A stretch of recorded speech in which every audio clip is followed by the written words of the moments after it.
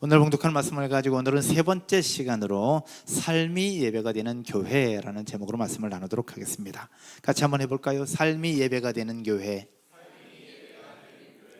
고등학교 때 일이었습니다. 당시 저희 중고등부가 약 한 30여 명 정도가 모였었는데요. 여름 수련회 때 대부분이 참석했습니다. 2박 3일 동안 진행된 수련회 정말 은혜의 도가니였습니다. 찬양을 하면서 뛰고 또 기도하고 또 눈물로 콧물로 예배했고요. 또 그중에서 방언받은 친구들도 많았고 기도받고 넘어갔던 친구들도 많이 있었습니다. 이제는 주를 위해서 섬기겠노라고, 이제는 하나님 나라의 제자로, 예수님의 제자로 살겠노라고 다짐하며 결단을 했고요. 그렇게 버스를 타고 교회로 출발을 했습니다. 이제 교회 앞에 도착을 해서 그때 문제가 발생을 합니다. 버스에서 내리면서 교회에 들어가기 전 우리 담당하시는 분께서 햄버거와 콜라를 하나씩 이렇게 드렸어요. 근데 하나씩 줬으면 아마 어떨지 모르겠으나 테이블 위에다가 햄버거와 콜라를 하나씩 다 놓고 하나씩 들고 이제 가라고 이야기를 했죠. 그런데 거기서 햄버거를 나눠 먹는 과정 속에서 문제가 발생을 합니다. 한 친구가 자기 햄버거를 먹고 자기 콜라를 마셨고 옆에 친구가 먹을 콜라까지 하나 더 따서 먹었습니다. 근데 본인의 콜라가 사라졌다는 사실들을 알고 난 그 친구와 친구 거 뺏어 먹은 그 친구의 둘이 대판 싸움이 일어난 거죠. 현장 속에서. 근데 그 친구들이 어제 저녁에 방언하고 예배 드리면서 울고불고 했던 그 친구들이었거든요. 제가 그 모습을 보면서 어떤 생각이 들었냐면 얘들이 걔들 맞아? 라는 생각이 들었습니다. 분명히 어제 저녁에는 함께 기도하고 말씀 듣고 예배하면서 이제는 주님을 위해서 예수님의 제자가 되겠다고 결단하고 다짐했던 그 친구들이 지금 콜라 하나 가지고 그렇게 치고받고 싸우는 그 모습 속에서 과연 이것이 무엇을 의미하는 건가라는 생각이 들었습니다. 물론 지금으로부터 많은 시간 전이기 때문에 그때 당시에 콜라는 거의 생명수와 같았어요. 지금은 콜라가 많지만 그때 당시에는 콜라는 생명수였고 그들의 인생에 있어서는 가장 중요한 로또와 같은 부분이었거든요. 그래서 화를 내는 것도 당연하고 또 그렇게 먹으면 안 되는 것도 당연한데 그 콜라 하나 가지고 이렇게 싸워야 되나라는 그런 생각이 들었던 시간들이었습니다. 그러면서 그때 들었던 생각이 오늘 말씀과 연결이 되더라고요. 그렇게 하나님을 찬양하고 하나님을 예배하는 삶과 실제로 현장에 도착해서 콜라 하나 가지고 치고받고 싸우는 그 모습은 그건 왜 다른가라는 생각이 들었어요. 예배하는 모습과 또 예배가 끝난 이후에 내 삶에서의 삶이 너무나도 판이하게 다른 모습이 우리 눈에 선하게 나타났거든요. 근데 오늘 본문 속에서 나타나는 부분이 바로 그런 부분이거든요. 예배하러 가는 유다 백성들, 그러나 그들의 삶은 예배와는 동떨어진 모습이 그들 속에 있었거든요. 오늘 본문의 내용을 잠깐 살펴보면 오늘 본문은 여호와 하나님께서 선지자 에레미야를 통해서 예배당에 나오는 당시 유다 백성들에게 주시는 메시지입니다. 그런데 예배에 관련된 말씀인데 예배의 방법이나 예배의 자세가 아니었습니다. 에레미야를 통해서 주시는 예배에 대한 부분들은 바로 무엇이었느냐? 오늘 읽은 본문 3절을 한번 다 같이 보도록 하겠습니다. 오늘 본문 3절에 이렇게 말씀을 하죠. 같이 읽겠습니다. 만군의 여호와 이스라엘의 하나님께서 이와 같이 말씀하시되 너희 길과 행위를 바르게 하라. 그리하면 내가 너희로 이곳에 살게 하리라. 아멘. 하나님의 성전에 들어가는 유다 백성들에게 이렇게 말씀하십니다. 너희 길과 행위를 바르게 하라. 길은 뭐고 행위는 뭐냐? 단어를 살펴봤어요. 히브리어 단어를 살펴봤을 때 너희 길은 무엇을 얘기하느냐? 문자적으로는 길 맞습니다. 그러나 너희 길 안에 담고 있는 것은 무엇이냐? 삶의 태도와 습관들을 이야기를 하고 있고요. 그 다음에 행위, 이것은 행위, 행동, 실천 등을 의미하는 표현입니다. 한마디로 정리해보면 이렇습니다. 길은 포괄적인 삶의 태도나 방식을 나타내는 것이라면 행위는 그것과 관련해서 이루어지는 구체적인 삶의 행동과 실천, 적용을 이야기하는 것이었습니다. 즉 당시 유다 백성들은 어떤 모습이냐? 하나님 앞에 나와서 예배는 하고 있으나 그들의 삶은 경건의 삶, 하나님의 말씀, 하나님의 뜻과는 전혀 무관한 삶이었다라는 이야기였죠. 결국 열심히 은혜 받고 울고 불고 하나님 앞에 기도했지만 콜라 하나 가지고 치고받고 싸웠던 그 모습과 별반 다르지 않았다라는 이야기입니다. 4절에서도 이렇게 말씀하고 있는데요, 4절 한 절 더 보면 너희는 이것이 여호와의 성전이라 여호와의 성전이라 여호와의 성전이라 하는 거짓말을 믿지 말라. 여호와의 성전이라는 부분들을 3번이나 반복하고 있어요. 그런데 3번이나 반복하면서 이것은 거짓말이다, 믿지 마라 라고 이야기를 하고 있는 겁니다. 그 앞에서 너희 길과 행위를 바르게 하라 라고 단호하게 이야기했던 에레미야. 근데 여기에서는 여호와의 성전이라 성전이라 성전이라 얘기하는 그 말, 그 다 거짓말이다, 믿지 마라 라고 더 세게 이야기하는 에레미야의 메시지를 볼 수 있습니다.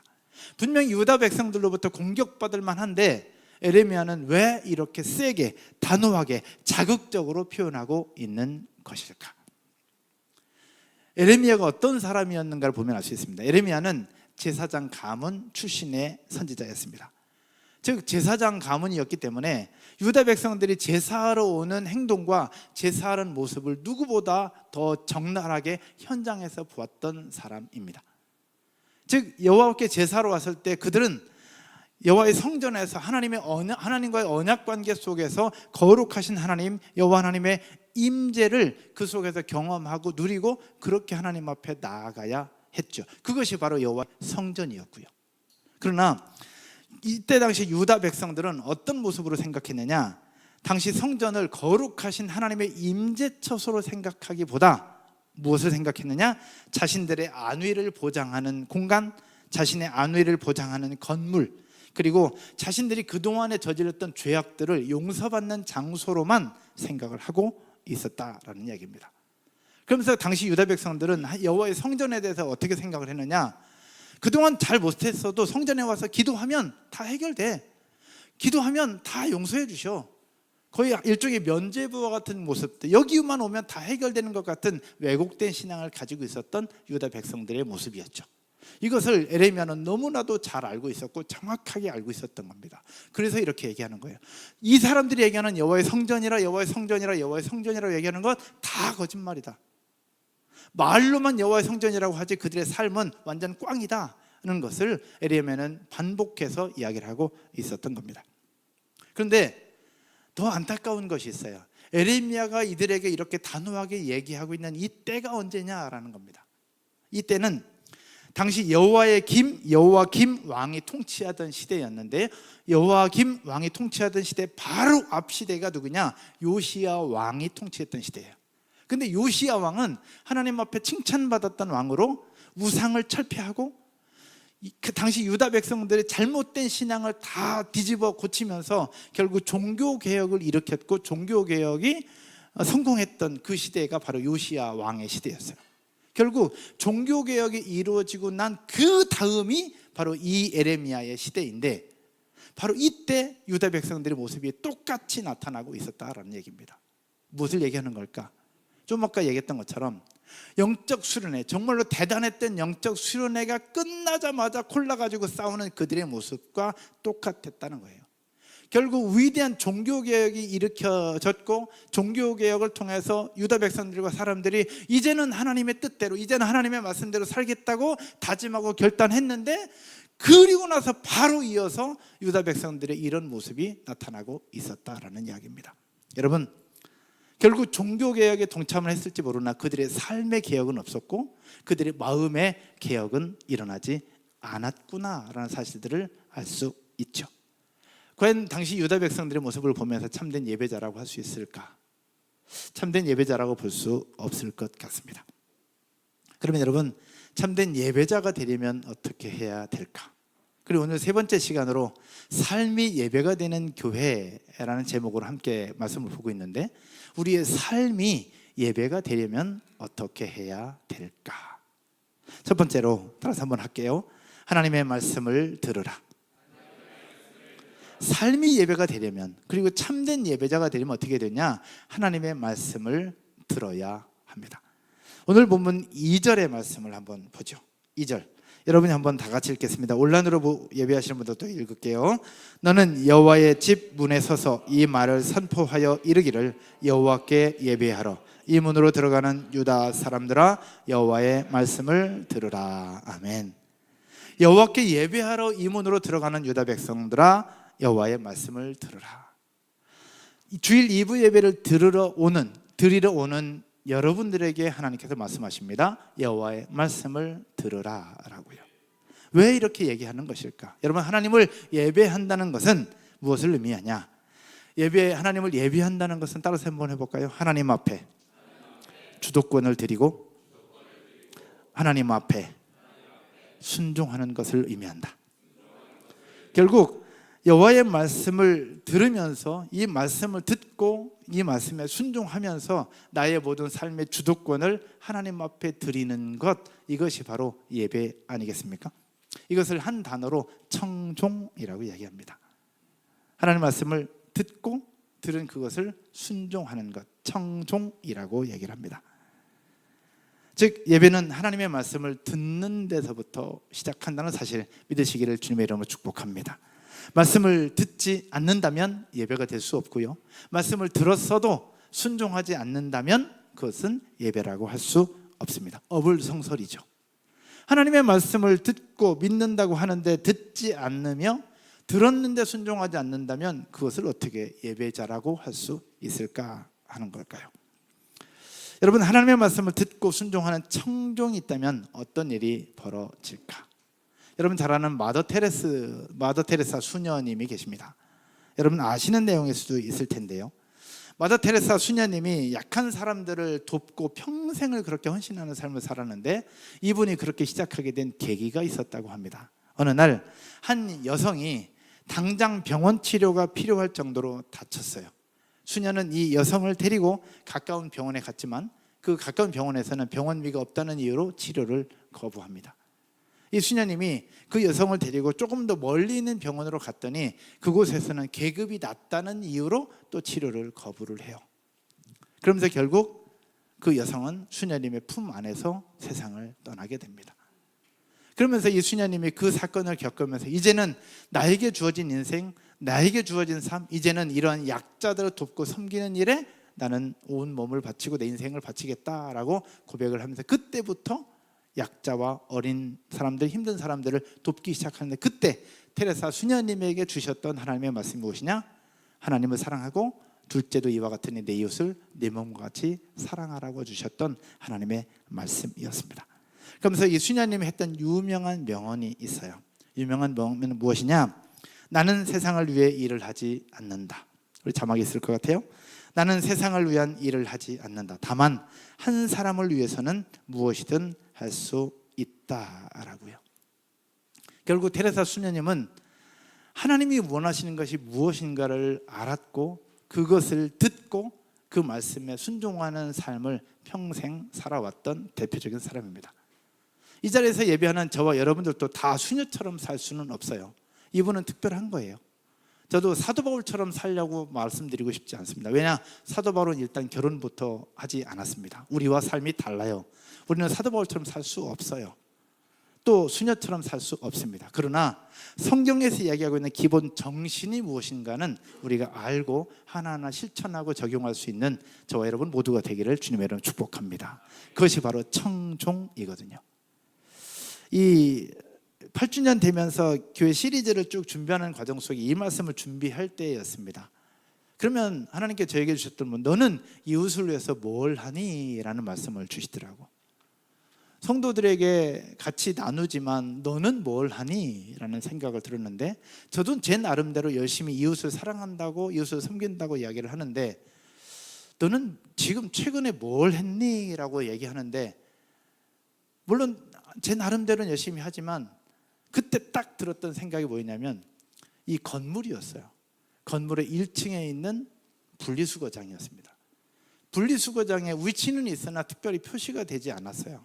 그러다 보니까 건물에 있는 사람들이 막 버리게 되고 지저분하게 되고, 그런 부분들이 결국 온 건물을 해치는 부분들, 그리고 여기서 나중에 또 조정하는 부분들이 좀 있어요. 근데 그런 부분들이 생각이 좀 나더라고요. 그래서 말씀을 보면서 너는 뭘 하고니라는 생각이 들어서 시간 지나면 저도 안 할 것 같은 생각이 들어서 그때 소장님께 전화를 드리고 바로 이야기를 하기 시작했습니다. 그러면서 사진 하나 보여주시면 좋겠습니다. 이것을 소장님과 함께 만들기 시작했어요.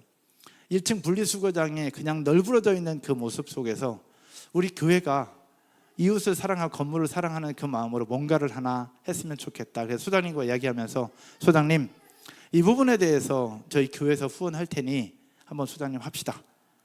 그래서 소장님을 데리고 앵글집으로 데리고 가서 하나하나 이제 하기 시작했습니다.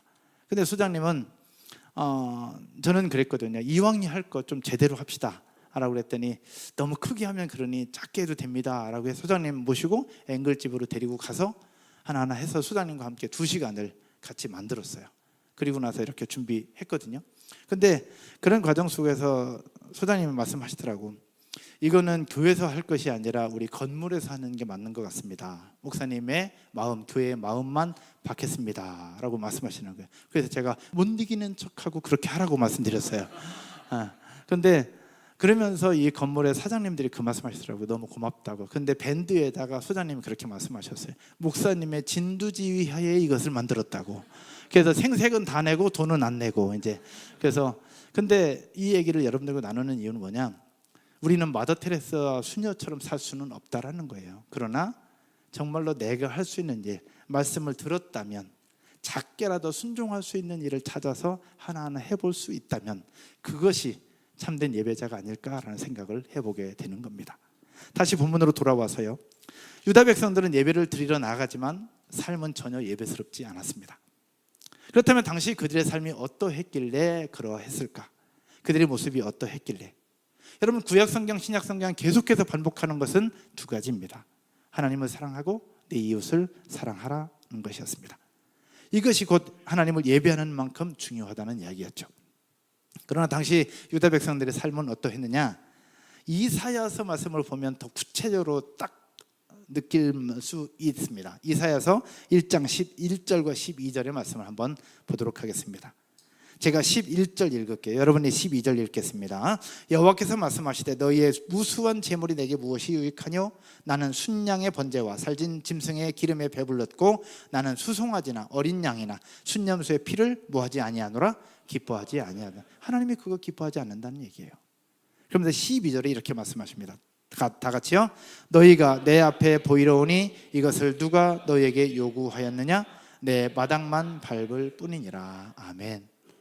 와서 예배만 드린다고 희생 제물만 드린다고 예배가 아니라는 거예요. 그것은 곧 삶이 받쳐주지 않는 상황에서는 마당만 밟는 것과 별반 다르지 않다라는 이야기입니다. 이렇게 말씀하신 이유, 하나님의 뜻과 무관했던 그들의 삶을 지적하면서 오늘 본문 5절과 6절에서도 말씀하고 있습니다. 오늘 본문 5절과 6절 다 같이 한번 읽겠습니다. 너희가 만일 길과 행위를 참으로 바르게 하여 이웃들 사이에 정의를 행하며 이방인과 6절에 이방인과 고아와 과부를 압제하지 아니하며 무죄한 자의 피를 이곳에서 흘리지 아니하며 다른 신들 뒤를 따라 화를 자초하지 아니하면. 한마디로 얘기 뭐냐? 길과 행위를 바르게 한다. 이것은 무엇이냐? 내 주변에 있는 사회적 약자들을 도우라는 얘기입니다. 이방인, 고아, 과부, 또 죄 없는 자의 피를 흘리며 우상숭배를 자행했던 그들의 모습이 아니라 우리 주변에 있는 사회적 약자, 도움이 필요한 사람, 연약한 사람, 또 우리와 함께하는 그 사람들이 필요한 것이 무엇인가를 돕고 섬기는 그 일들을 찾아나가는 것이 하나님을 예배하는 것만큼 중요하다는 것을 그들에게 보여주고 있다라는 이야기입니다. 여러분, 하나님의 말씀을 듣고 순종하는 청종, 그것은 곧 하나님의 말씀을 들을 때부터 시작이 되고 듣고 청종하는 그것이 바로 삶이 예배가 되는 길임을 기억하시기를 주님의 이름으로 축원드립니다. 마태복음 25장 40절 한 절만 더 읽을까요? 마태복음 25장 40절입니다. 같이 읽겠습니다. 임금이 대답하여 이르시되 내가 진실로 너희에게 이르노니 너희가 내 형제 중에 지극히 작은 자 하나에게 한 것이 곧 내게 한 것이니라 하시고. 아멘. 아멘이시죠? 2번째입니다. 삶이 예배가 되는 교회가 되기 위해서 필요한 것 2번째, 성령의 임재를 사모하라. 따라서 할까요? 성령의 임재를 사모하라. 여러분, 하나님의 말씀에 성경이 믿어져요? 믿어지십니까? 성경에서 하나님의 아들 예수님을 우리 가운데 보내주셨대요. 정상적인 부부관계가 아닌 마리아, 동정녀 마리아를 통해서 예수님이 나셨어요. 그리고 죽은 예수님이 다시 부활하셨대요. 물고기 2마리와 보리떡 5개를 5천 명 이상이 먹는, 거의 2만 명 정도가 먹는 그 사건이 일어났대요. 여러분, 이게 믿어지십니까? 믿어져요? 근데 이게 믿어지는 게 정상이에요? 믿어지는 게, 대희 집사님 믿어집니까? 아멘이죠. 할렐루야.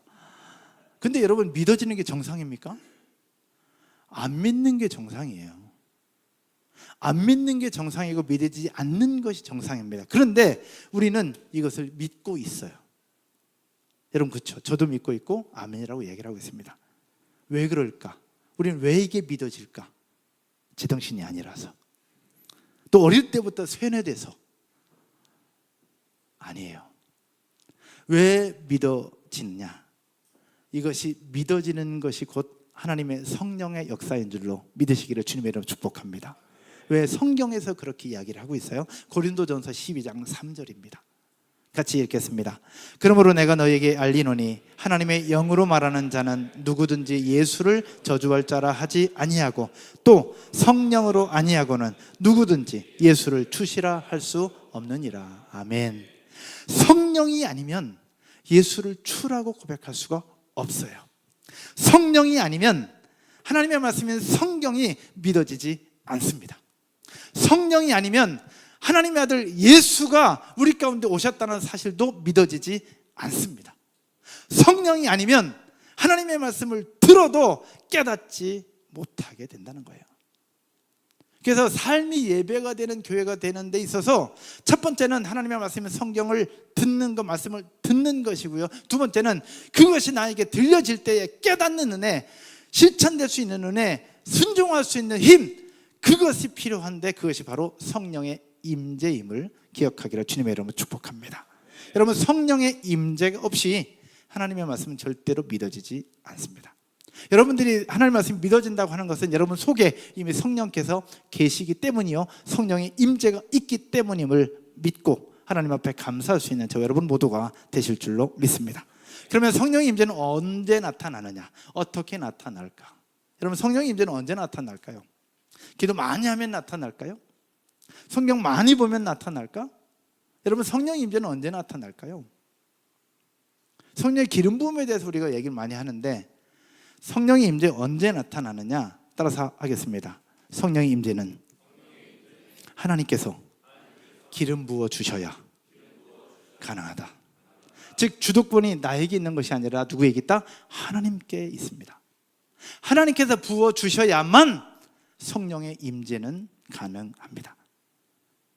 좀 더 쉽게 얘기하면 우리 찬양팀의 찬양 속에 은혜가 임하기 위해서는 무엇이 필요하냐? 합을 잘 맞추면 되느냐? No. 기도 많이 하면 되느냐? 물론 기도 많이 하면 역사 일어납니다. 근데 찬양팀을 통해서 성령의 임재가 나타나고 성령의 기름 부음이 나타나는데 가장 필요한 것은 무엇이냐? 하나님 앞에 주도권을 드리는 것을 기본으로 해서 찬양팀 전체가 사랑의 마음으로 한 팀이 될 때 성령의 은혜가 부어집니다. 셀 모임 가운데 성령의 임재가 나타나기 위해서 필요한 것은 무엇이냐? 리더와 멤버들이 함께 한 마음이 될 때 그 속에 사랑이신 하나님이 그 속에 거하실 수 있는 거예요. 여러분, 하나님은 사랑인데 사랑이 없는 공동체에 거하실 수 있을까요? 사랑이 없는 공동체에 하나님의 사랑은 부어지지 않습니다. 찬양팀이 서로 다투고 서로 불편한데 그 속에 하나님의 성령이 그곳에 거하실 수 있을까? 그렇지 않습니다. 하나님의 성령의 임재가 있기 위해서는 우리 팀이 서로 사랑의 마음으로 하나 될 때 그 속에 성령의 임재가 부어지는 겁니다. 또 하나, 찬양팀을 하든 설교를 하든 셀 모임을 하든 모든 순서 가운데 리더자나 인도자는 무엇을 해야 되느냐? 따라서 해볼까요? 나의 힘을 빼고 주도권을 하나님께 드려야 한다. 즉 나의 힘을 빼고 주도권을 하나님께 드릴 때 그 속에 성령의 임재가 부어지고 성령의 기름 부음이 부어져요. 목사가 설교를 하지만 열심히 준비해서 제가 해보려고 하는 그 순간마다 항상 많은 것을 저는 보게 됩니다. 그러나 나는 망했다고 생각하는데 내가 망했다고 생각할 그때 하나님은 더 큰 은혜를 부어주시는 것들을 굉장히 많이 경험하게 되면서 결국 성령의 임재, 성령의 기름 부음, 그것은 바로 무엇이냐? 내가 하는 것이 아니라 하나님께 주도권이 있구나라는 사실들을 느끼게 됩니다. 사랑하는 여러분, 여러분의 인생과 삶에 하나님의 주도권을 인정하면서 모든 순간순간 성령의 임재를 경험함으로 삶이 예배가 되는 저와 여러분 모두가 되기를 주님의 이름으로 축원드립니다. 말씀의 결론을 맺으면서요, 여러분 성격 유형 테스트 많이 하죠. 저는 MBTI는 ESTJ입니다. 강력한 T와 강력한 J를 가지고 있습니다. 앞에 서 있는 누구랑 비슷합니다. 그리고 디스크 검사로는 저는 강력한 D형입니다. 점수가 굉장히 높아요. 추진력과 주도성을 가지고 있다는 이야기입니다. 여러분 애니어그램 해보셨는지 모르겠는데 애니어그램에서 저는 1번입니다. 1번부터 9번까지 있는데 저는 1번입니다. 장형, 강력한 카리스마를 가지고 있는 사람이라는 이야기입니다. 이것은 무엇을 얘기하느냐? 한마디로 힘을 쓸 수 있는 사람, 그리고 힘쓰기를 좋아하는 사람, 또한 맡겨진 일을 되게 하는 지도력을 가지고 있는 유형의 사람이라는 이야기입니다. 그러다 보니 저는 일을 할 때 힘으로 밀어붙이는 경우들이 많았습니다. 그리고 힘으로 밀어붙이면 일이 됐고요. 그래서 칭찬도 받았습니다. 열매도 있었습니다. 그런데 어느 날 뒤를 돌아보니 일은 됐는데 저 때문에 상처받은 사람들이 있더라고. 일은 잘 됐고요, 열매도 나타나는데 저 때문에 마음 아픈 사람들이 있음을 그때 뒤늦게 제가 발견하게 됩니다. 이유가 뭘까? 이유가 뭘까라는 생각들이 들었어요. 그러던 어느 날 서울의 온누리교회에서 진행하는 더 파이어 집회, 한 3,000명 정도 모이는 성령 집회가 있었어요. 그때 오셨던 강사님이 누구였느냐? 미국 텍사스에서 오신 레지 위더스푼 목사라고 흑인 목사님이셨습니다. 근데 흑인 목사님께서 오셔서 3일 동안 집회를 하시는데 설교를 하고 말씀을 나누고 기도회를 하는데 강력한 성령의 임재와 강력한 성령의 기름 부음이 온 예배당 가운데 가득한 거예요. 뭐라 설명할 수 없을 만큼 강력한 성령의 임재와 기름 부음이 부어지는데요. 와. 근데 그때 저는 사역 초년병이었고요. 사람들의 설교를 평가하고 찬양을 평가하고 기도회를 평가했던 그런 모습이 저에게 있었어요. 그래서 3,000명 정도 되는데 저희 사역자들과 함께 가면서 맨 꼭대기에서 팔짱 딱 끼고 와 목사님 잘하나 설교 잘하나 보던 그때, 근데 그럼에도 불구하고 팔짱 끼고 있는 저에게도 성령의 임재가 부어지기 시작하는데 저분한테 기도 한번 받고 싶다라는 생각이 들었어요. 그래서 기도해 주겠다고 하시더라고. 그래서 근데 맨 꼭대기에 있으니 제가 갈 수가 없었어요. 그래서 혹시 누가 나왔나 하고 눈을 딱 떴는데 레지 위더스푼 목사님 바로 앞에 김민중 목사님께서 무릎 꿇고 앉아 계시더라고. 그 모습을 보면서 제가 충격이었어요. 저 어르신이 저 젊은 목사 앞에 무릎을 꿇고 앉아 있다?